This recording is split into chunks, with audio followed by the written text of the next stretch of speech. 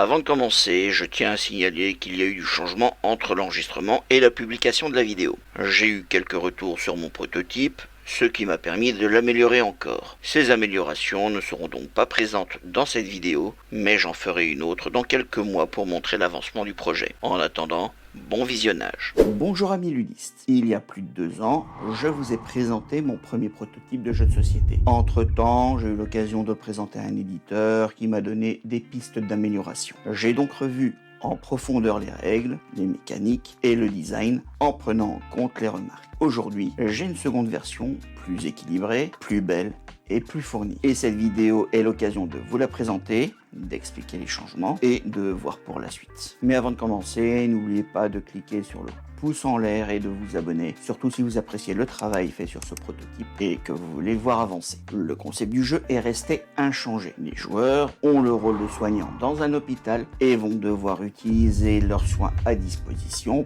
pour gagner de l'argent afin d'investir dans des moyens pour mieux soigner. Le but étant de devenir le médecin le plus réputé de l'hôpital. C'est donc un jeu de gestion de ressources semi-coopératif car il est difficile de s'en sortir seul, surtout en début de partie. J'ai gardé le contexte médiéval fantastique car j'aime cet univers. Le plateau central est assez similaire à la V1, mais il y a des différences notables. Tout d'abord, il n'y a plus de piste d'or, et ceci pour plusieurs raisons. La première, c'est que ça prenait de la place sur le plateau et que je voulais le plus compact possible afin de pouvoir l'imprimer sur une feuille A2. À la place, nous avons des pièces qui sont les bienvenues pour les joueurs. Ils peuvent ainsi jouer à argent caché, ce qui empêche les autres joueurs de faire des calculs sur les capacités d'achat et le point de victoire. Et ça rajoute un côté plus immersif d'avoir du solide entre les mains. Autre changement sur les plateaux centrales, ce sont les lits. La disposition est la même, mais au lieu d'avoir une série de cartes les unes derrière les autres,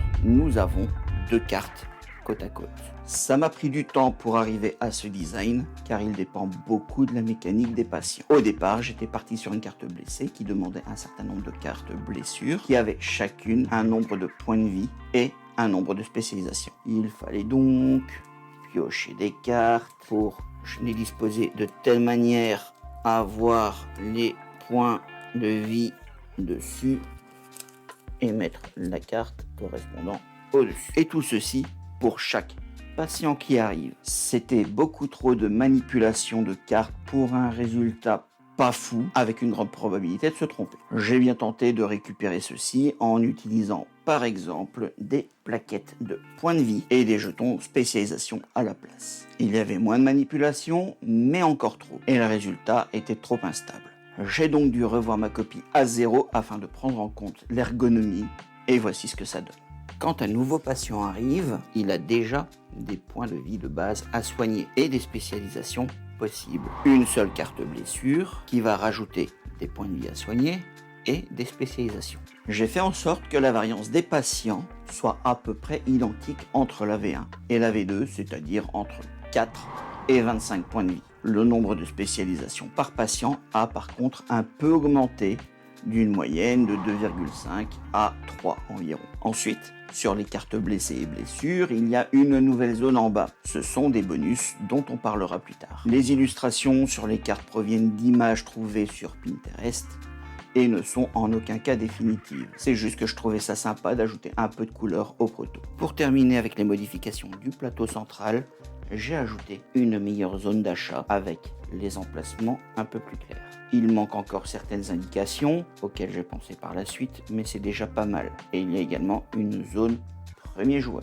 Dans le contexte, il s'agit non pas d'acheter purement et simplement, mais d'apprendre de nouvelles choses. Nous avons donc la zone de soins, la zone de spécialisation, la zone de concentration. Si nous passons vers les plateaux joueurs, il n'y a pas eu beaucoup de changements. Une meilleure iconographie, une disposition qui change un peu. Voilà. Notez que je ne suis pas encore satisfait de la zone d'énergie qui progresse en zigzag comme cela. Voilà pour les éléments. Maintenant, voyons les mécaniques. Pour démarrer, chaque joueur reçoit un plateau joueur, les éléments de sa couleur ainsi que 6 pièces. Chaque joueur garde 8 cubes dans sa réserve personnelle, 2 dans la zone d'achat et le reste dans la réserve générale. On dispose ensuite des patients dans les lits. Lors des débuts de cette V2, je prenais des patients aléatoirement depuis la pioche. Le souci qui m'a été remonté, c'est que parfois, dans des cas pas si rares que ça, tous les patients étaient trop difficiles à soigner, même avec plus de 6 choix, et en s'y mettant à 4 sur le même. J'ai donc décidé de faire des cartes starter afin de créer 3 patients de départ. Ces patients ont une certaine variabilité de par le mélange des 3 cartes blessures qui donnent en tout 6 possibilités de départ, toutes à peu près équivalentes. Et pour éviter d'éparpiller les joueurs, le nombre de patients disponibles dès le premier tour sera proportionnel au nombre de joueurs. Un patient à 2 joueurs, 2 patients à 3 et 4 joueurs, 3 patients à 5 et 6 joueurs. Les autres sont placés au-dessus des pioches correspondantes. Ce seront les premières à arriver. Un cycle de jeu se compose de plusieurs phases. L'admission, les actions des médecins et l'arrivée de nouveaux patients. Pendant l'admission, s'il reste des lits disponibles et des blessés en salle d'attente, on attribue un lit à chaque blessé dans l'ordre d'arrivée jusqu'à ce que tous les lits soient remplis ou qu'il n'y ait plus de blessés en salle d'attente. On pioche également une carte blessure pour chaque blessé mis dans un lit. Ceci crée le patient. Quand nous avons terminé cette phase, nous passons à la phase d'action. Contrairement à la version précédente, chaque médecin n'aura droit qu'à une seule action. Les actions disponibles sont les suivantes. Soigner, se former, se reposer. Soigner consiste à choisir un soin disponible sur son plateau joueur, choisir le patient qui le recevra, diminuer son énergie d'autant. Donc, on commence à 5 par exemple, on va diminuer de 2 pour prendre celui-là, et placer un de ces disques sur le soin correspondant. Ce disque rend indisponible le soin jusqu'à la prochaine action de repos. Le joueur ajoute alors autant de cubes que le soin autorise à mettre sur le patient.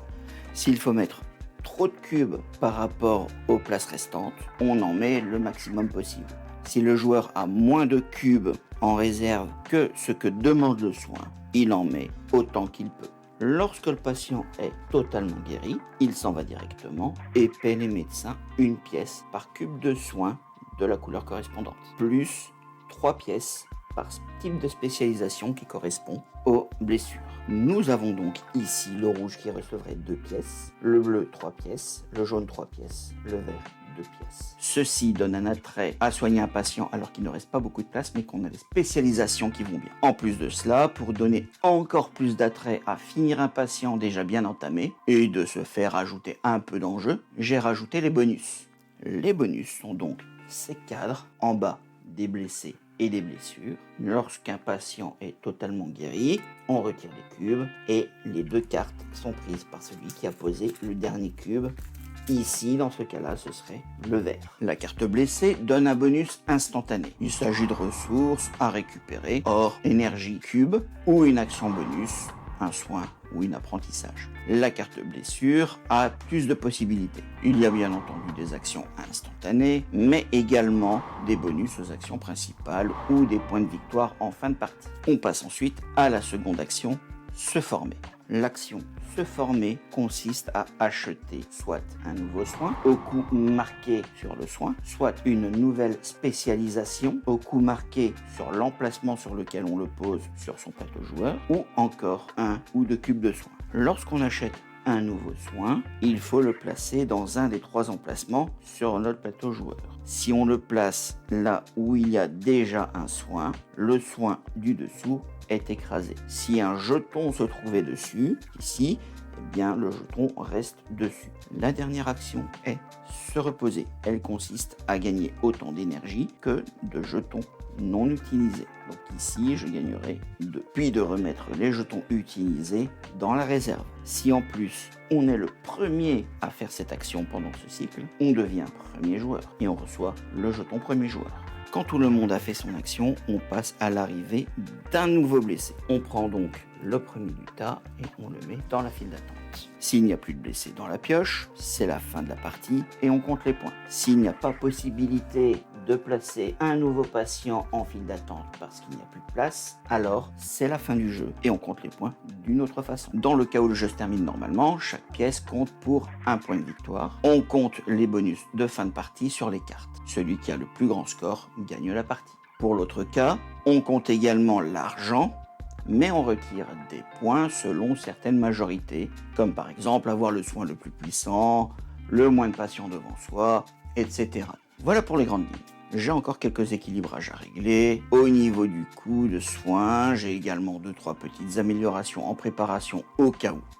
Et peut-être que le jeu sera dans les magasins dans quelques années. En attendant, j'espère que je pourrai le présenter dans des protozones, des festivals de jeux de société, pour le faire connaître. Sur ce, je vous laisse. N'hésitez pas à me dire dans les commentaires à quel jeu vous jouez ces derniers temps. Bye!